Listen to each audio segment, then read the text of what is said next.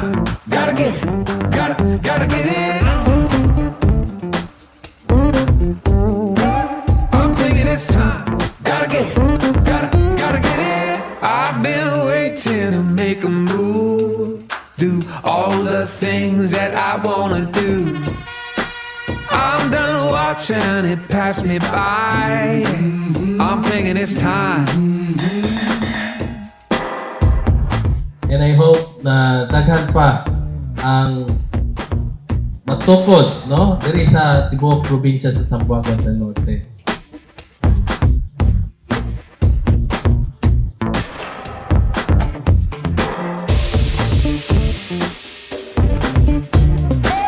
I'm thinking it's time.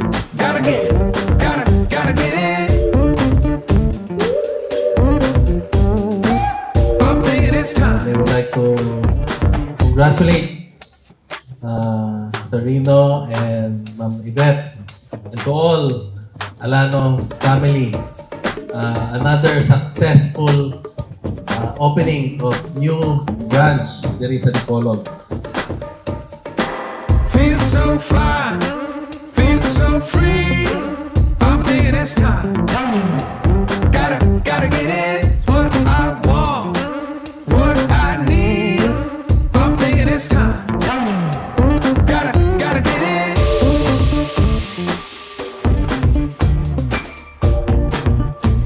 Big round of applause, ladies and gentlemen. Congratulations to Gia and Sons Credit Corporation. Gotta get it. Gotta get it. Tonight has been a long time in the making. This building has been in construction for 3 years. And this company split that we've been through, still in the process, over 2 years already. Walking on air, staying in my zone. And although this sounds very long, because it's almost as long as the pandemic, this day did not just take the construction time and the splitting time. It took more than that. 36 years in the making.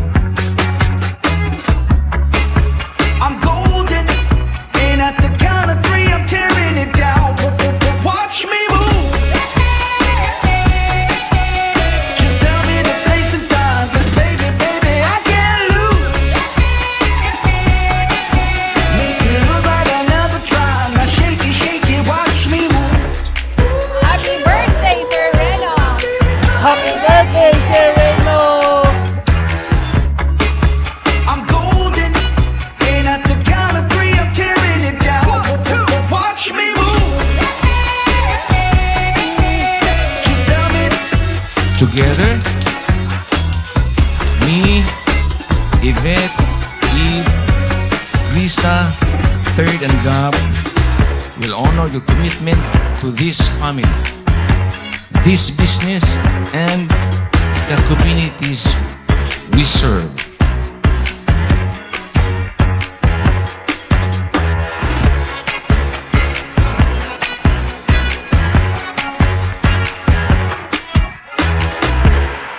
So today was really made possible by all of you guys here in Alano and Sons.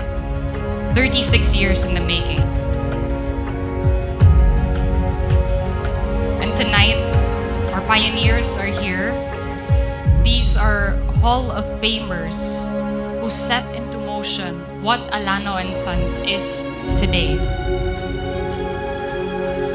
There is no success without succession. I accept this duty. Thank you for the trust. I promise, mga dili gini masayang. Welcome. Welcome in this legacy renewed, a future reimagined. Thank you, Nanay. Thank you, everyone.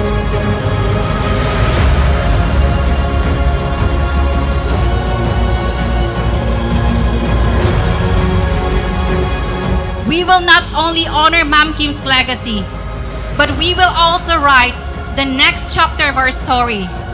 A story filled with promise, innovation, and continued success.